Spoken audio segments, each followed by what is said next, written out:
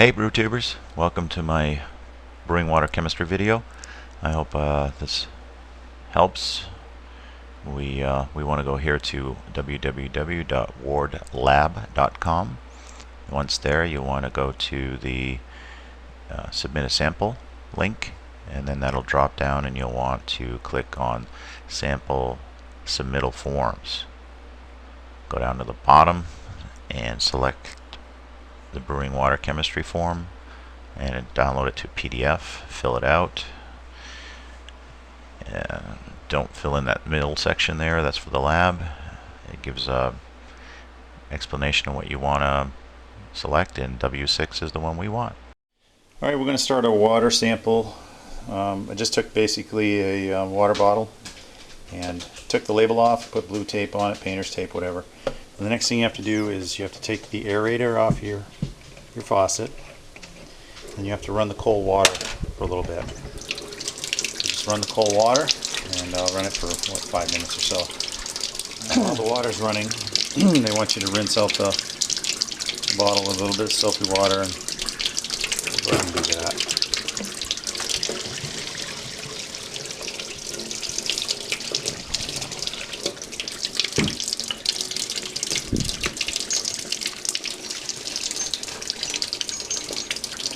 So I'll just keep rinsing that until it's clear. I've rinsed the bottle several times.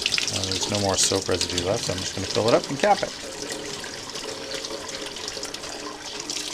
The home brewer water sample.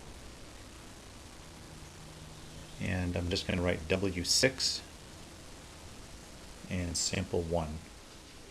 So, yeah, I just said sample 1. I put my last name on it. So I'll go ahead and ship this out US mail today. Okay, if you guys want to bone up on well, anything to do about brewing beer, this is a pretty good resource.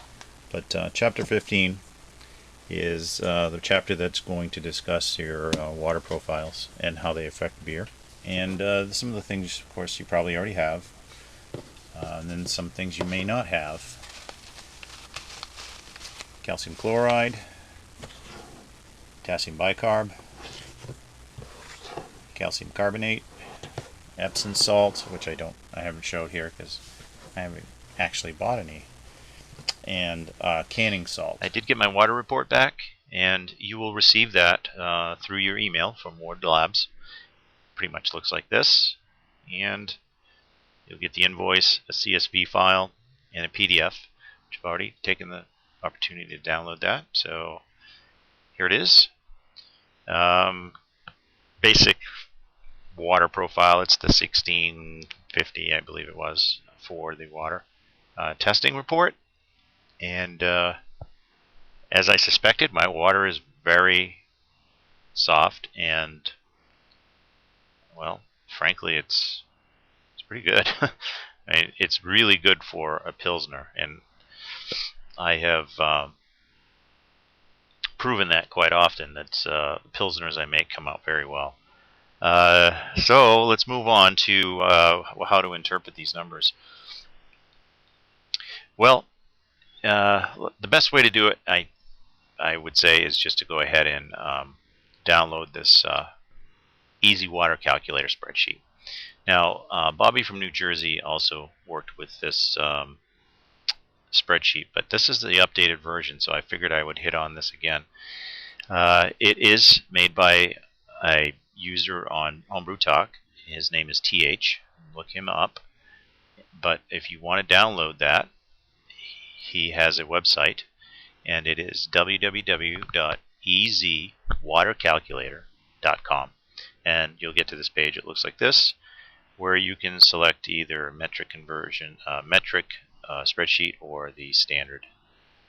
And of course, donate. I did as well. It's $5. And then he shows you a little snapshot of what that looks like, what you're paying for. If you're going to pay, it's an honor system, guys. It's up to you. However, my disclaimer is that I'm using an older version of Excel. So my version of Excel doesn't support the radio buttons. And if you see here, there's a radio button next to bicarbonate and another one next to alkalinity. expressed by CaCO3, and then all of these drop-down menus, and then all of these select checkboxes here where you can deselect whether or not you want it to split the amount of minerals that you're going to add, compounds, minerals, ions, to the to your mash water and sparge water. It'll split the difference for you depending on what you put in per ratio. So I want to show you that what it's going to look like on yours. However, for me here, as you can see, I don't have the radio buttons. I don't have the drop downs. However, it still functions. Bicarb is the one that's pre-selected already, so that's the one I'll use. And I did 21, 9, 8, 5, 0.5, and 7 across the board. And just for argument's sake, I'm going to put in mash water at 5 gallons and sparge water at 4 gallons. And here's the difference here, which I believe is something new. I haven't really seen Bobby's videos all the way through. I didn't want to taint how mine came out, but either way, so I'm fairly certain his didn't have this, but if it does, I apologize.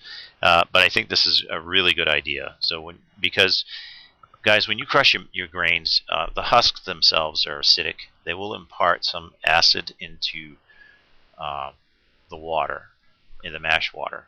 If you remember on my water profile, my pH is at 7. So I want to get my mash down to what, 5.4 to 5.6. I typically like to get it on the lower end, 5.4, on when I brew lighter beers. So in darker beers, you can be on the higher end of that. So he has the calculations for how much acidic value these grains will impart. So in my case, I actually have to type in number 2, but for those of you who have a newer computer than I do, you'll have the drop-down box. So there we go. I'm going to put in 12 pounds, let's say. Let's see, let's look at crystal malts. That's number 10. And let's say we put 2 pounds in. It's crystal 60. That's fine. I'll use crystal 60. As you can see, it took my water of 7 pH and dropped it down to 5.47. All by itself, without me adding anything to the water. Now, the disclaimer is that it takes about 15 minutes of mash time for the grains themselves to shift your water to this number here. Although it's within range for me. And one other thing I wanted to mention, that just dawned on me. The sulfate here is expressed in sulfur. So any value that you get from your water report, you'll have to multiply that by 3, okay, to get the sulfate. So as you see, that was 3 there, but it's 9 here. So moving on. I'm sorry. Yeah, you have to put zeros in, or the calculator will go off the scale. Okay, I'm sorry. Yeah, there was an erroneous number in that cell. So actually, it took my 7.0 water, pH of 7.0, and dropped it down to 5.6 with this amount of grains added to the mash. So I'm still high, well, right on the high end, even when I don't use mash stabilizer. Now the thing about mash stabilizer is mash stabilizer is a combination of a few different ions and minerals. So I don't know what those ratios are. I would rather not use it if I'm going to start using chemicals to shift my mash water and my brewing water all the way around. So with those numbers plugged in, I got a really quick observation here of what my brew water is. And frankly, it's probably just the way it is good for maybe a Pilsner. Although I still think even for a Pilsner, my magnesium is just extremely low. So that was the big reveal for me. And now, as you can see, the chemicals in this calculator, he only gives you 3 choices to lower your mash pH, and 3 choices here to raise your mash pH. Okay, so if your water is already acidic, you may need to go the other direction. You may need to use some of these, like baking soda chalk, which is SCaCO3, um, slaked lime. I don't know if I've ever seen that anywhere in the brew stores. That might be a special order. And but up here, driving your mash more acidic, you have Epsom salt, calcium chloride, and gypsum. Now, the one thing I did notice is, and I have been adding gypsum, which is fine because that will, if I show you two here on the gypsum, it actually drops me into the correct pH without even adding mash stabilizer. However, what it did do is it brought up my sulfate, because this is a weak ionic bond between calcium and sulfate. So once it's hydrolyzed, in other words, when it's broken apart in water, the calcium and the sulfate split, which is how these are expressed down here. So whatever you see here, if you see CaSO4, when you add that, you're going to be adding calcium and you're going to be adding sulfate. So in my case, I realized I'm so low on magnesium that I am now going to be adding Epsom salt because it contains magnesium and SO4. So if I need to raise my sulfate, then I'm going to use magnesium from the Epsom salt. And once it hydrolyzes, I end up getting in the range, recommended range of John Palmer's. His in chapter 15 of his book, How to Brew, he talks about the ideal range for all brew water, and that's what this is here. You'll want to be on low ends on certain things and high ends on other things. So, for instance, on a Pilsner, you'll want to be on the low end of these scales. And frankly, on Pilsners, you want to be even below his recommended ranges. So we'll get to that in a second. So to finish calculating my problems here in my water, I'm going to add something that doesn't add any more sulfate because I'm really fine with a low amount of sulfate. It's one of those things that you have enough, it's just fine. Too much of it is, very noticeable, especially on the aroma. So here we go. I'm going to add 2. That wasn't enough, so let's add 4. Okay, 4 brings me pretty close everywhere. I brought my magnesium up with the Epsom salt right within the middle of the range. This is good. My sodium is right on. Chloride, it's a little less than half, which is fine. And sulfate still remained low. So there's the reveal for me. Instead of adding gypsum, I should be adding calcium chloride and magnesium with SO4, which is, of course, Epsom salt. And you see here, just by adding these, my mash now became within range without adding 5.2 stabilizer. However, he's got this nice little box here where you can calculate how much acid malt you want to add to drive your mash down even further. And as you can see there, I just went out of range. But if you're brewing, let's say, a Pilsner, maybe you want to be down at 5.2. So you may end up putting more. I may end up with 5 ounces of acid malt.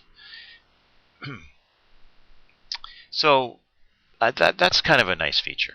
So we'll leave it at that.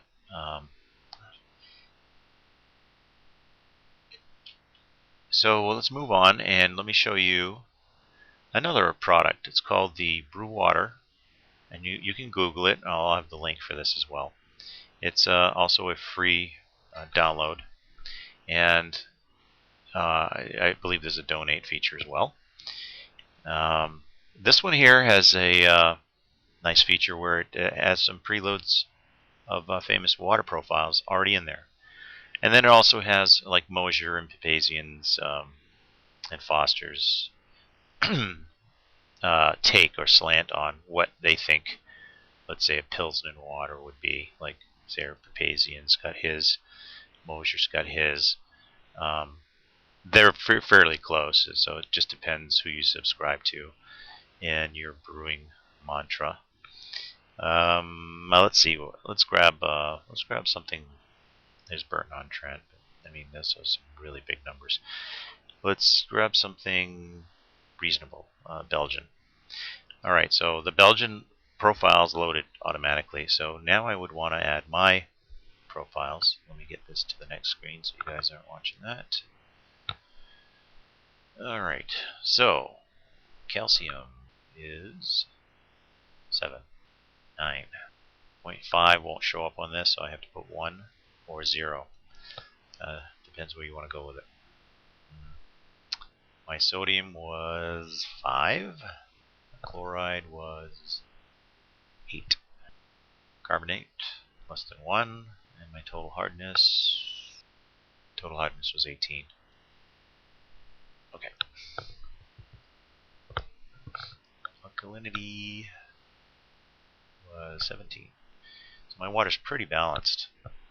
So here's the thing with this program. You'll have to do the math of how much you're going to split up between your sparge and your infusion water. 5 gallons to 4 gallons, you'll have to do the 60-40 split or whatever it is. So what you do is you just move these sliders over, guys, and decide what you want to do. And again, I know I'm low on magnesium, so I'm going to move the Epsom salt over until I get to about 11 there. If you can see, you may not be able to see, that's kind of small, but 11, 10, and maybe one more. Okay, so now I'm at 11, and my SO4 is still low enough. That's good because I'm going to have to add some canning salt, or we'll go with canning salt. And my magnesium, my sodium is coming up, my chloride's coming up too far. Alright, I'm pretty close there. And so now I have to bring up my calcium, and I want to use gypsum because I want to keep that SO4 at a reasonable level. So let's bring it up with chalk, and you want that up to about 90. So you see what's happened here. I'm trying to bring this up to 90, and what's happened is my carbonate's gone a little off the scale. So I need to bring that down.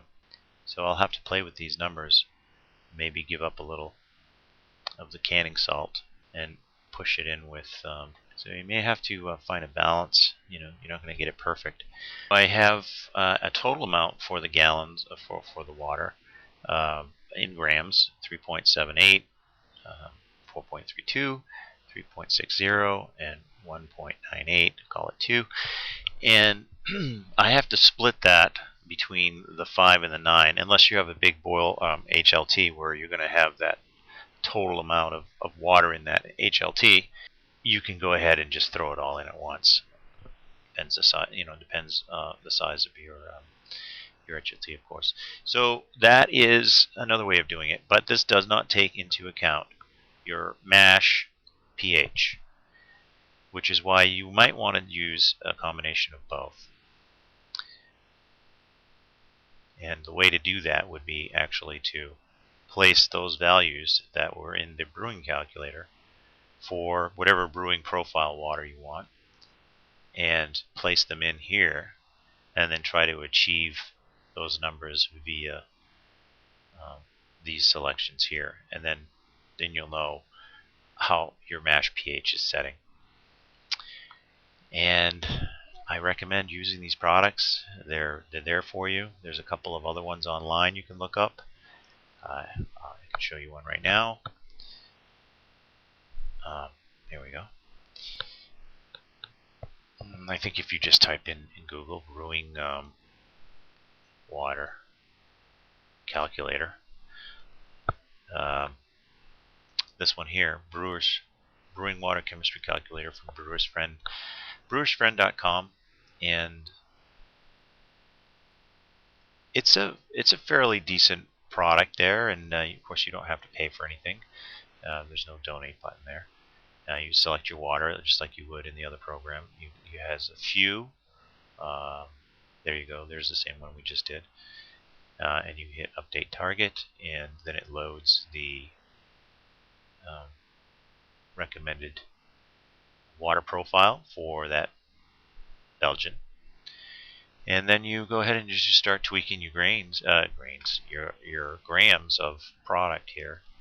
Guys, you'll have to get your water report and determine where you're low. I think the big reveal for me, like I said, having to add Epsom salt was huge. That and calcium chloride. In my second half of the video, we'll talk about what you have to do if your water is extremely hard. And what I'll do is I'll tweak these numbers up to some hard water and show you how to correct for that. Okay, stay tuned. Thanks for watching, guys. Check out part 2. Cheers.